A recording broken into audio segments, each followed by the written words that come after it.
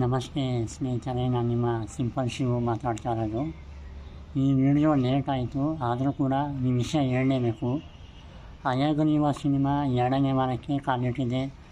ಯಶಸ್ವಿ ಪ್ರದರ್ಶನವನ್ನು ಕಾಣ್ತಾ ಇದೆ.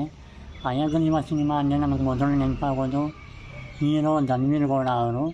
ಅದರ ಜೊತೆಗೆ ಮುಖ್ಯವಾದ ಪಾತ್ರ ಅಂದರೆ ವಿಲನ್ ಪಾತ್ರಧಾರಿಯಾಗಿ ಸುನೀಲ್ ರಾವ್ ಅವರು ತುಂಬ ಚೆನ್ನಾಗಿ ಆ್ಯಕ್ಟಿಂಗನ್ನು ಮಾಡಿದ್ದಾರೆ.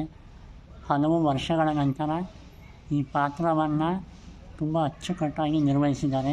ಸೊ ನನಗಂತೂ ಸುನೀಲ್ ರಾವ್ ಅವರ ಪಾತ್ರ ತುಂಬ ಇಷ್ಟ ಆಯಿತು. ಹಾಗಾಗಿ 2 ಸಲ ಫಿಲಮ್ ನೋಡ್ಕೊಬಂದೆ. ಸುನೀಲ್ ರಾವ್ ಅವರ ಪಾತ್ರ ತುಂಬ ಚೆನ್ನಾಗಿದೆ ಅಂತಲೇ ಹೇಳ್ಬೋದು. ಯಾಕಂದರೆ ಅವರು ಹಲವು ಸಿನಿಮಾಗಳಲ್ಲಿ ನಟನೆಯನ್ನು ಮಾಡಿದರು. ಈ ಸಿನಿಮಾದ ಆ್ಯಕ್ಟಿಂಗು ಮರೆಯೋಕ್ಕೆ ಆಗಲ್ಲ. ಸೊ ವಿಲನ್ ಆಗಿ, ಒಬ್ಬ ಸೈಕೋ ವಿಲನ್ ಆಗಿ ತುಂಬ ಚೆನ್ನಾಗಿ ಆ್ಯಕ್ಟಿಂಗ್ ಮಾಡಿದ್ದಾರೆ.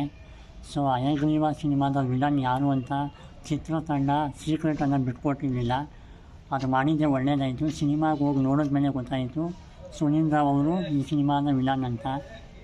ಹಾಗಾಗಿ ಈ ಹಯಗ್ರೀವ ಸಿನಿಮಾ ಒಂದು ಯಶಸ್ವಿ ಪ್ರದರ್ಶನ ಕಾರಣಕ್ಕೆ ಧನ್ವೀರ್ ಗೌಡ ಅವರ ಜೊತೆಗೆ ಸುನೀಲ್ ರಾವ್ ಕೂಡ ಕಾರಣ ಅಂತ ಹೇಳ್ಬೋದು.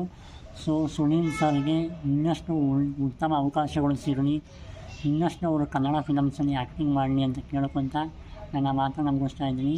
ಜೈ ಹಿಂದ್, ಜೈ ಕರ್ನಾಟಕ ಮಾತೆ.